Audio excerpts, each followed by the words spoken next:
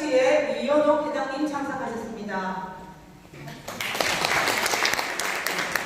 월성자치의 차기 회장인 박현수 수석 부회장님 참석하셨습니다.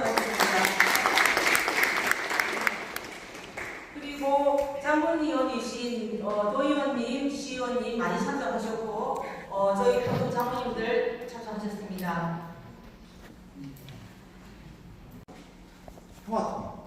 통일은 아까 말씀드렸지만 통일을 반드시 해야 되지만 전쟁을 통해서만 통일이 된다 그러면 통일을 포기해야 될 정도로, 아니 통일을 연기해야 될 정도로 전쟁을 해서는 안 됩니다. 제가 강조드리고 싶은 거는 전쟁을 하면은 엄청난 피해가 생겨서 지금 세계 우리가 경제적으로 12등인데 전쟁을 하면 12등이 아니라 40등, 50등으로 떨어질 거고요. 그리고 나서 통일도 못해. 통일이라도 하면 피해를 보더라도 한다고 생각이라도 해볼 수는 있겠지만 정말 바보 같은 짓이 경제적으로 12등에서 50등으로 떨어지는 건 확실한데 통일은 또 못할 것 같아. 왜 못하느냐? 제가 말씀드릴게요. 만약에 북한이 남침을 하든지 소규모 이 국지전이 벌어서 전쟁을 남북 간의 정면전이 벌어져서 우리 대한민국의 핵에 있어서도 북한이 핵을 20개 가졌어도 미국은 5,000개 가고 있어요. 5,000개. 함부로 처음에 핵을 못 씁니다. 북한이. 그래서 재래식 군사력만 가지면 우리 대한민국 군사력만 가지고도 북한한테 능히 이길 수 있는 군사력이 있어요. 우리가.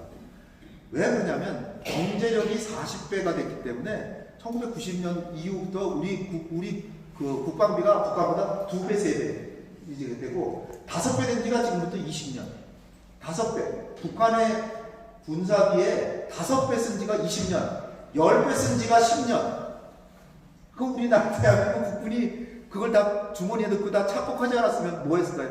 무기 샀잖아요. 무기를 뭘 샀냐? 여러분들 혹시 2000년 이후에 북한이 전투기 샀다는 얘기 들어보신 적 있어요? 전투기 샀어요. 돈이 있어야 돼. 중국이나 과거의 소련은 이념적으로 같으니까 무기 주고 그걸 빚으로 그냥 계좌에 너네 빚이야. 나중에 갚아오고 최근에 다 탕감해줬어요. 탕감해줬지만 소련이 러시아로 변환된 이후에 돈 안 주면 무기는 주질 않아요. 거기도 시장 경제인데 누가 뭐 푸틴이 주라 그래도 안 줘요. 우리 장사해야 되는데 그 돈을 받아야 줍니다. 안 줘. 중국도 안 줘요. 무기 결에 있어서 그냥 주는 일이 없어요. 근데 북한이 돈이 없잖아요. 북한의 경제를 하려면 외화가 있어야 되는데 외화가 매년 적자예요. 최소한 10억 달러가 적자예요. 지금 제재를 받으니까 적자가 더 심해요. 지금 15억 달러. 더 늘어나고 있어요. 그 창고를 보니까 아무것도 없어. 김정은이 사금고에만 돈이 있어요. 근데 자기 돈 들여가지고 F-15 살려면 F-15 한 대에 얼마인지 아세요? 우리 주력 전투기가 F-15잖아요. F-15 한 대에 얼마인지 아세요? 10억. 10억 달러면 1조가 넘게요. 자, 딱 공안 하나 떼면 1억 달러. 1억 달러. 한 대에 1억 달러. 1억 달러니까 1,100억 원이에요. 한 대에. 1,100억 원인데 북한이 그걸 무슨 돈으로 돈이 없는데 1,100억 원이 어디 있어요? 1,100억 원이 어떤 돈이냐면 개성공단 문 닫기 한 3년 전에 개성공단 근로자 한 25,000명의 1년 임금. 1년 임금이 1,000억 원이에요. 1년 동안 한 2만 명 임금이 1,000억 원이에요. 근데 우리가 경제력이 얼마나 발전했냐? F-35는 1,300억, 1,400억. 근데 F-15 들어와가지고 시험 비행하다 울산 아파트에서 떨어지면 완전 손가락가 폭발해요. 폭발하는데 1,100억 원 날아간 거죠. 신문에 조그맣게 그게 1년 동안 개성공단 근로자 임금이에요. 근데 개성공단 2만 명, 지금은 마지막 닫을 때는 4만 명이 넘었는데 2만 명 월급을 줄 돈인데 그 개성공단에 돈 주면 그거 가지고 핵무기 만들었더라고. 그렇게 반대를 하잖아요. 핵무기 만들려면 좀 턱도 없죠. 핵무기 만드는데 총 든 비용이 한 3조 들었어요. 3조 들었는데 여러분 북한은 인건비도 싸고 대부분의 그 물자는 자기가 자체 조절하고 외부에서 아주 핵심적인 거 특수 알루미늄 이런 것만 사오니까 북한의 인건비가 싸고 물자가 싸니까 3조 정도 들었는데 3조면은 F-15 30대 들어오는 거예요. 근데 우리는 김대중 정부 F-15 30대, 그 다음에 노무현 정부 뭐 F-15 20대, 이명박 정부 또 30대, 박근혜 정부 또 20대, 문재인 정부는 F-35 F15보다 더 좋은 35, 40대를 2022년까지 들어요. 그럼 다음 주에 몇 대? 한 200대 되잖아요. 북한은 그동안 한 대도 못 들어요. 돈이 없으니까. 그러니까 우리 4월 25일 날 김정은이가 관한 이유 중에 하나가 4월 25일 날 푸틴을 만나려고 블라디보스톡을 갔어요. 블라디보스톡 갔는데 그때 한미 간에 공중훈련을 신문에는 안 나죠. 한미연합 훈련하는 거 을지 프리덤 가디언 훈련이나 뭐 그런 거나 나지 조그만 훈련들은 안 나거든요. 근데 이것도 조그만 훈련이 아니라 전투기가 각각 한 15대, 한 30대 정도가 하늘을 누비고 다녔는데 김정은이가 자기가 나라를 비웠는데 그때 한미 연합 공중훈련을 했다고 화가 머리끝까지 났다는 거예요. 정말 예의 없는 나라다. 예의 없는 놈들이다. 그러면서 훈련하는 것도 내가 정말 못 봐주겠는데 그것도 내가 없을 때 공중훈련. 자기네는 F-35 같은 게 지금 들어오는데 지금 계속 들어오고 있어요. 지금 한 7, 8대 들어왔는데 2021년까지 40대가 옵니다. 근데 F-35 같은 건 스텔스 기능이 있어서 평양을 샥 갔다가 오는데 발견 못할 가능성이 커요. 갔다 왔는지도 모를 가능성이. 그러니까 스텔스가 괜히 스텔스가 아니라 모른다는 거예요, 상대방이. 그러니까 무섭죠. 그걸 40대를 들여오니까 그러니까 우리 공군 훈련할 때마다 난리 치는 거예요. 자기네는 핵미사일은 있지만 이게 공군하고 상대가 안 되는 지금 공군력은 10대 1 정도로 우리가 있어요. 근데 여러분들이 이제 신문에서 보시면 이런 걸 보실 거예요. 북한의 전투기는 600대인데 우리는 300대밖에 안 된다. 북한 전투기가 우리의 2배나 된다. 공군력이 우리가 좀 질적으로 좀 우세하지만 비슷하다. 이렇게 보실 수도 있어요. 그러나 우리 전투기는 대부분이 2000년대 이후에 산 거고 북한은 1990년대 초반 마지막 사고 그러니까 최소한 30년이 넘은 전투기들이에요. 최근에 산 적이 없어. 더군다나 전투기 조종하는 게 쉽겠어요? 자동차 면허 따는 데도 있는데 자동차 운전도 몇 년 운전 안 하면 몇 년 동안 운전 한 번도 안 하다가 갑자기 운전하려면 운전이 돼요. 북한은 비행기 훈련하려면 석유가 엄청 들어가잖아요. 석유가 들어가는데 석유가 없으니까 돈이나 많으면 석유 사다가 하지만 돈이 없으니까 석유도 잘 못 써요. 꼭 필요한 데만 쓰잖아요. 그러니까 전투기 조종사들이 훈련을 못해. 그러니까 전투기는 몇백 대가 있어도 뜰 수 있는 비행기가 몇 대가 안 돼요. 전투기 다 녹슬고 있어요. 북한 전투기. 돈이 없으니까. 그러니까 공군력은 실질적으로 계산하면 10대 1 이상이에요. 가지고 지금 나타난 결과는 뭐냐면 동독 주민의 소득 수준이 서독 주민의 75%까지 25%에서 75%까지 가는데 매년 100조 원씩 들었어요. 그래서 우리 정부도 전쟁 안 하고 통일했는데도 그렇게 많이 들어? 근데 동서독이 많이 드는 이유는 뭐냐면 의료보험 해주고 실업보험 해주고 막 이렇게 해주다 보니까 복지 수준이 높잖아요. 해주는데 그러니까 결국은 소득 수준을 4분의 1에서 4분의 3 되게 하는데 그렇게 많이 들었는데 우리는 지금 남북한 소득 격차 얼마죠? 21분의 1. 21대 1이니 이 북한 사람이 우리 소득 수준의 절반 따라올래도 얼마나 그 격차가 큽니까?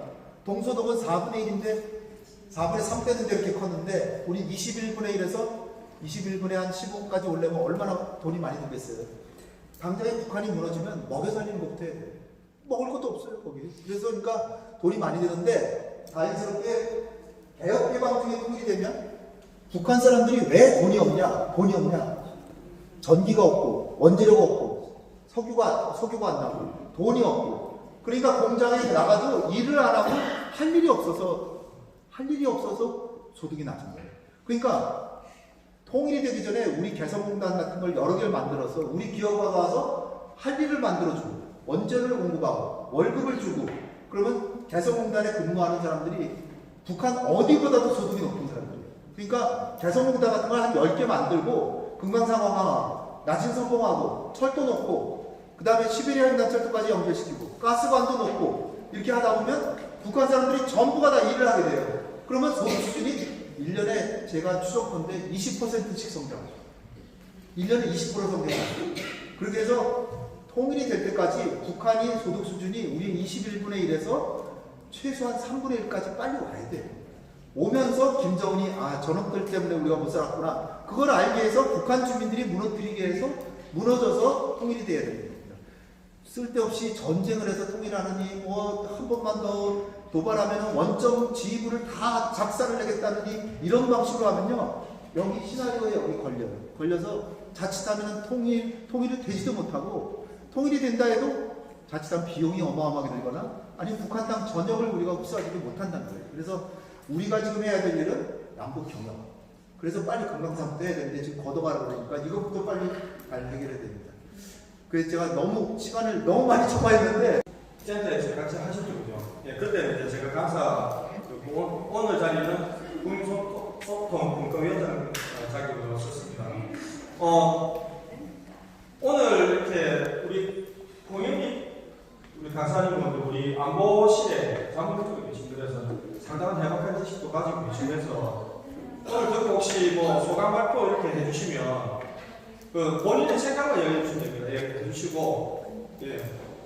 한국에 대해서 이렇게 많은 생각을 하실 줄은 몰랐습니다. 저는 딱 한 가지 정치성 있는 남북 대화가 되지 않고 정말 북한을 사랑할 수 있는 우리 한 가족으로 생각하는 아베도 말씀하셨듯이 우리 개인이 모두 북한을 정치성 있게 얘기를 하지 말고 TV에서 나오는 어떤 뉴스에 우리가 주하지 말고 정말 전문가들이 통일을 이룰 수 있는 그날까지 노력하셔서 저희들은 뒷받침이 되어주는 그런 단체가 되었으면 좋겠습니다. 감사합니다.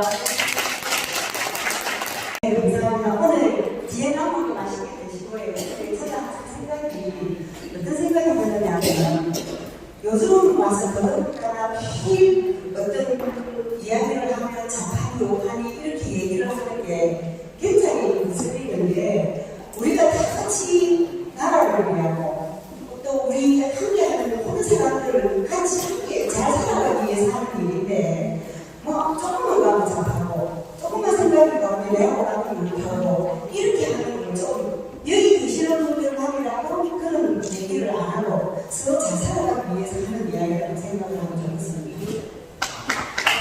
차대에서 홍 교수님 모셔가지고 좀 따분하고 좀 지루한 이야기 하지 않을까 이렇게 생각했는데 그런데 막상 이야기 들어보니까 우리 19세기에 정한 우리 한반도 주변 정세와 그리고 그에 따른 그 유럽 19세기에 대한 유럽의 주변 정세를 듣고 제가 몰랐던 걸 엄청 많이 오늘 배웠습니다.